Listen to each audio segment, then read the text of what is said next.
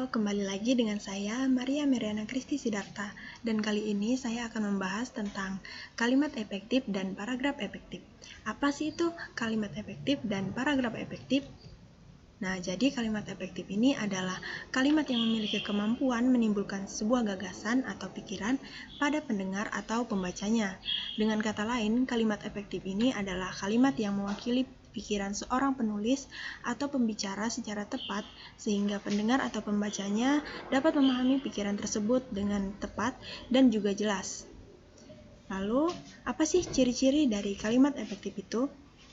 Yang pertama adalah kesatuan gagasan. Jadi kalimat efektif hanya mengandung satu gagasan saja, baik di dalam kalimat maupun di dalam paragraf. Syarat yang harus dipenuhi ialah adanya kesatuan gagasan tersebut. Lalu yang kedua adalah kesepadanan, di mana kesepadanan ini adalah keseimbangan pikiran atau gagasan dengan struktur kalimat yang ada. Lalu yang ketiga ialah keparalelan atau kesejajaran. Nah, keparalelan sendiri ini adalah kesamaan bentuk atau makna yang digunakan dalam kalimat tersebut. Lalu yang keempat adalah kehematan. Kalimat efektif tidak menggunakan kata-kata yang tidak diperlukan. Jadi, caranya dengan menghemat kata atau tidak mengulang kata yang bermakna sama. Lalu yang kelima adalah kelogisan, di mana kalimat dikatakan efektif jika dapat diterima oleh akal sehat.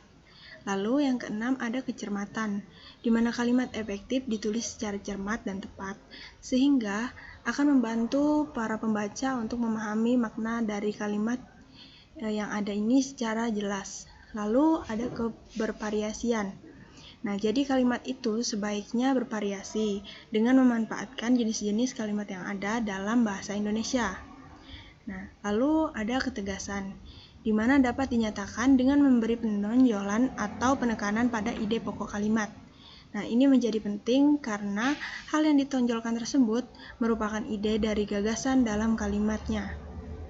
Lalu ada ketepatan, di mana diksi yang digunakan itu perlu dipilih secara tepat dan cermat sehingga dapat mewakili tujuan, maksud, atau pesan yang ada. Lalu ciri yang terakhir ialah kebenaran struktur, di mana kalimat efektif mengandung kebenaran struktur bahasa Indonesia.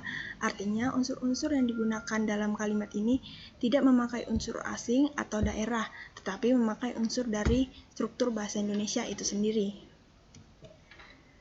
Lalu apa sih paragraf efektif itu? Nah, paragraf efektif ini adalah paragraf yang dapat menyampaikan ide atau gagasan penulis dengan jelas sehingga pembaca dapat memahami maksud dari penulis tersebut.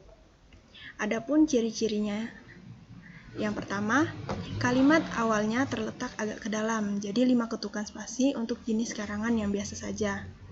Lalu, memakai pikiran utama yang dinyatakan dalam kalimat topik dan memakai pikiran penjelas yang dinyatakan dalam kalimat penjelasnya.